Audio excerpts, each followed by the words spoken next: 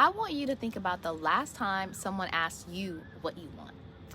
And I'm not talking about what you're supposed to want, what makes sense, or any of that like nonsense. Like, we don't have time for that anymore. But what you actually want. Did you even have an answer? Maybe not. Probably not. Or did you freeze up? Because I actually see this all the time. And it's not like women are confused about what they want or not want, what they want or do not want. It's because so many of us have spent years just trying to be who we thought everyone else needed us to be. So much so that we don't even know how to hear ourselves anymore. Like, you can't even listen to what your heart is saying that you actually want. And I don't think we talk about that enough. A lot of people think they're stuck because they don't know what they actually want.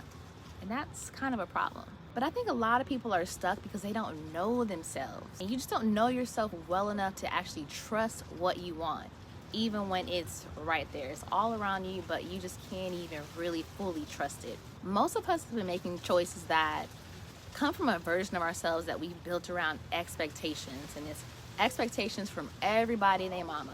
Maybe it's your mom, maybe you're the oldest daughter and you have to be the protector of everyone else, but you're making your decisions for your life based on what they need. It could even be like you have kids and a husband now. It could be societal expectations, but your desires are no longer for you.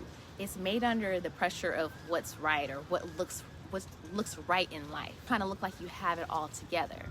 So I mean, yeah, maybe that version of you, it made sense, it's gotten you through a lot of things in life, but it's also the reason why your life feels like it's not even yours now.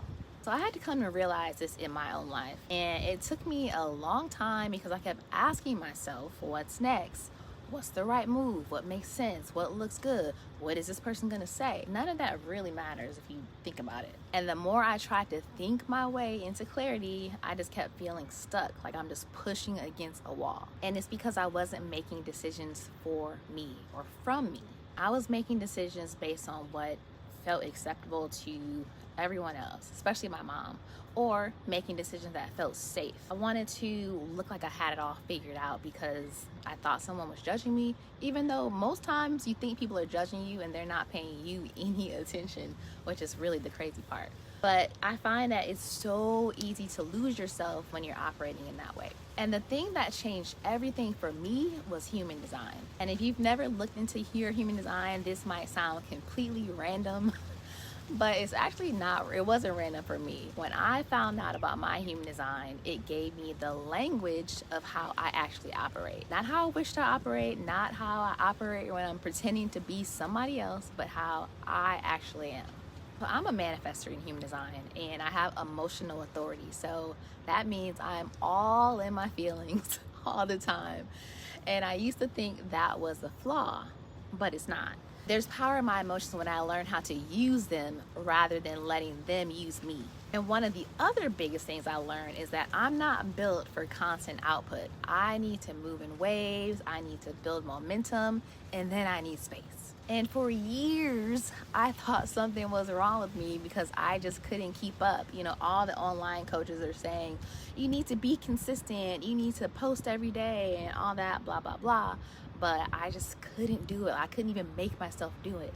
And it's not like I was broken. It was that I was trying to do something that worked for everyone else but me. That's not how I'm designed. So I figured once I stopped trying to operate like other people, then I stopped fighting against myself. Human design also helped me learn how I make decisions that are actually aligned for me. So if you're in a season where you feel like you're starting over, or you're starting to question everything, maybe you just feel disconnected from yourself, I just want you to know that you are not behind. It might just be that you've outgrown a version of yourself that's been running your life, and it's time for her to step aside. I've created something free for you. It's called Meet Yourself. And it's where starting over actually begins. I think you can't really know which direction you're headed or what you actually want until you learn about who you are. So it's a short video, it's a guided PDF, and it's gonna walk you through pulling your human design chart, understanding the basics of what all that entails, because when you see it, it can be kind of crazy. But it's going to help you separate yourself from who you think you are with who you actually are. And Meet Yourself is not just human design. It's about discovering what you want out of life and the stories that are keeping you from getting that. Because I think the best way to create your life is to know yourself. So there's a link in the description and it's free. So go ahead and grab that, and I hope to see you over there.